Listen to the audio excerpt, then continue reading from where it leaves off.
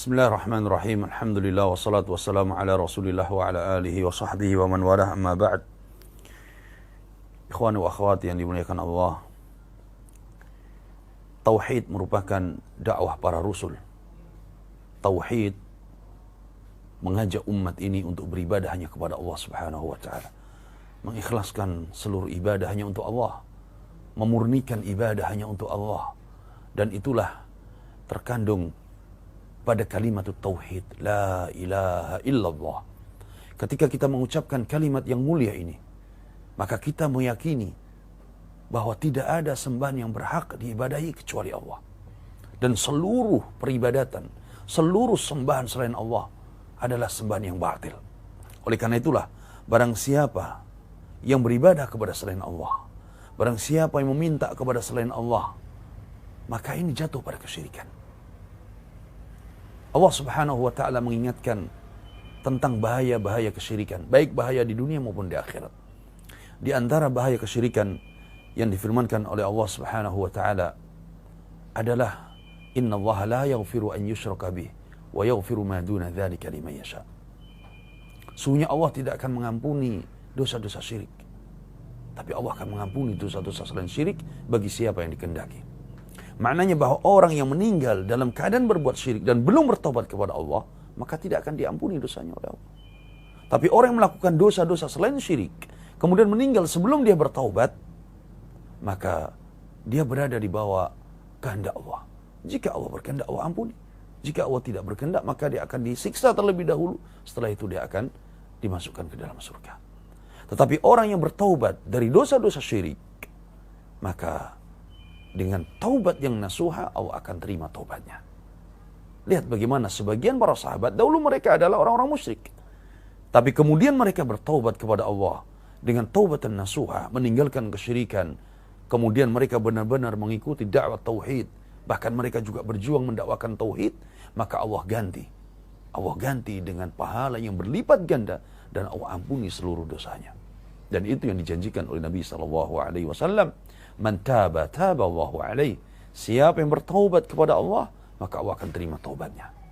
Dan Nabi SAW juga sabdakan, at-taibu minadz-dzambi kama la dzambalah.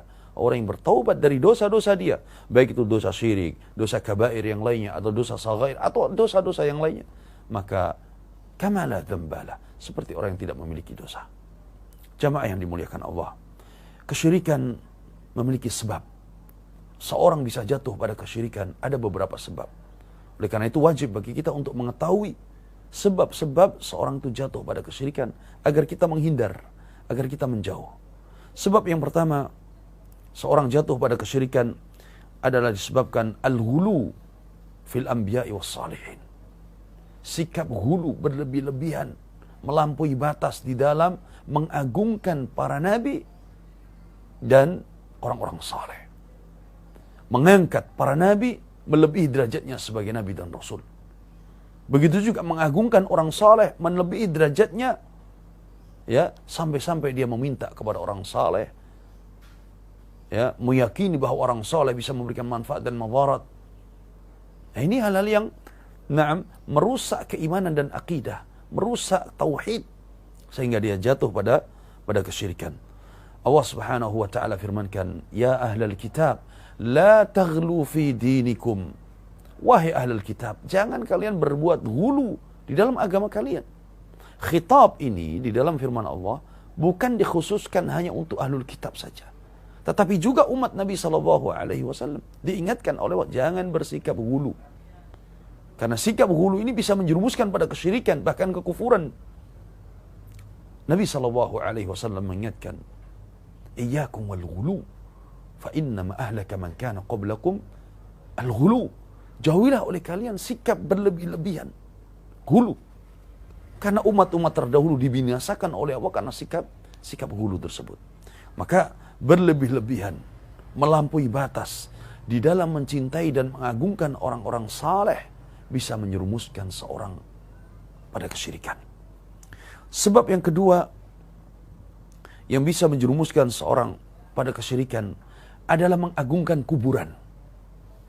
Mengagungkan kuburan dari yang semestinya.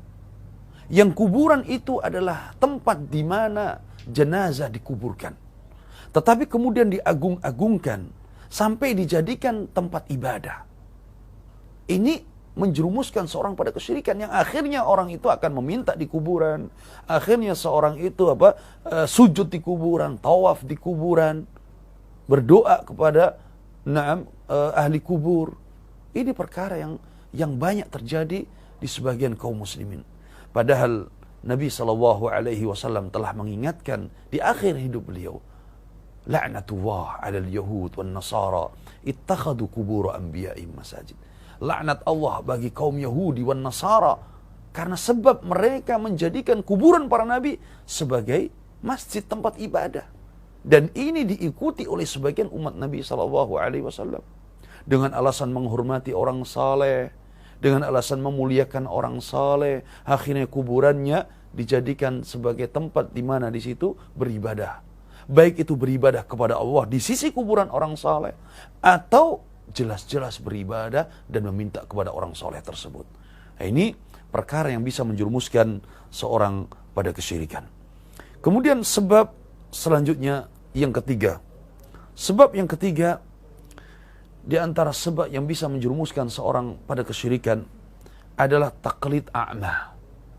Taklid a'ma. Itu fanatik buta. Tidak mau mencari hujjah, tidak mau mencari dalil, tidak mau mencari al-haq. Fanatik buta.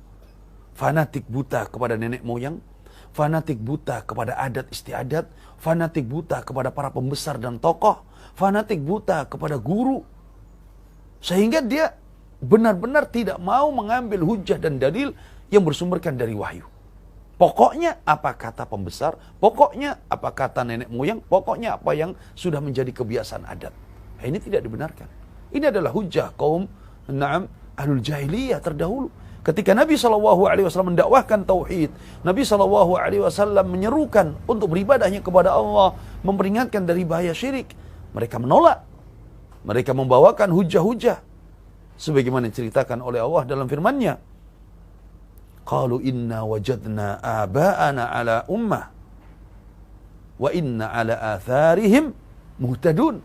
Sesungguhnya kami telah mendapati nenek moyang kami, para pendahulu kami, mereka sudah berada di atas satu jalan. Maka kami pun mengikuti dan meniti jalan mereka. Kami tidak berani untuk menolak. Kami tidak berani untuk keluar dari apa yang sudah menjadi kebiasaan mereka. Fanatik buta.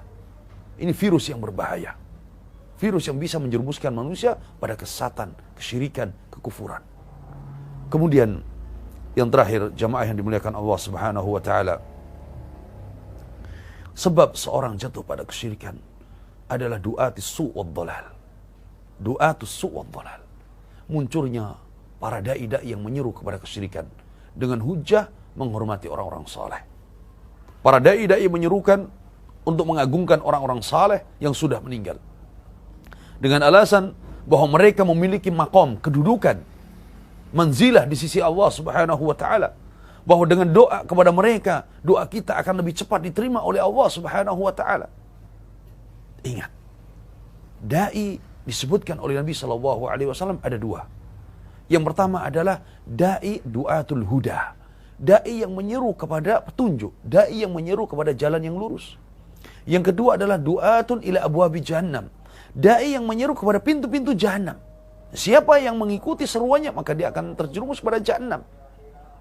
Sehingga kita harus benar-benar tahu dakwah yang diajarkan ini mengajak kepada tauhid, mengajak kepada sunnah, mengajak untuk beribadahnya kepada Allah atau sebaliknya. Maka jamaah yang dimuliakan Allah Subhanahu wa taala, doa yang kita panjatkan, doa yang kita sampaikan kepada Allah, langsung kepada Allah. Langsung kepada Allah, dan Allah berjanji. Allah berjanji bahwa Allah Subhanahu wa taala akan mengabulkan doa-doa hambanya. Wa idza sa'alaka ibadi anni fa inni qarib ujibu da'watad da'i idza da'an. Kalau hambaku bertanya tentang aku, jawab wahai Nabi. Hambaku bertanya tentang aku, jawab wahai Nabi. Aku dekat kepada hambaku. Aku menerima doa-doa hambaku apabila mereka berdoa. Nah, inilah sebab-sebab di antara sebab-sebab yang bisa menjerumuskan manusia kepada kesyirikan. Kita memohon kepada Allah Subhanahu wa taala agar kita dijauhkan dari kesyirikan. Kita semua dijaga oleh Allah dari segala fitnah dan diberikan istiqamah di atas tauhid, di atas sunnah yang dibawa oleh Nabi sallallahu alaihi wasallam. Hadza wallahu a'lam wa sallallahu ala nabiyyina Muhammad wa ala alihi wa sahbihi wasallam walhamdulillahi rabbil alamin.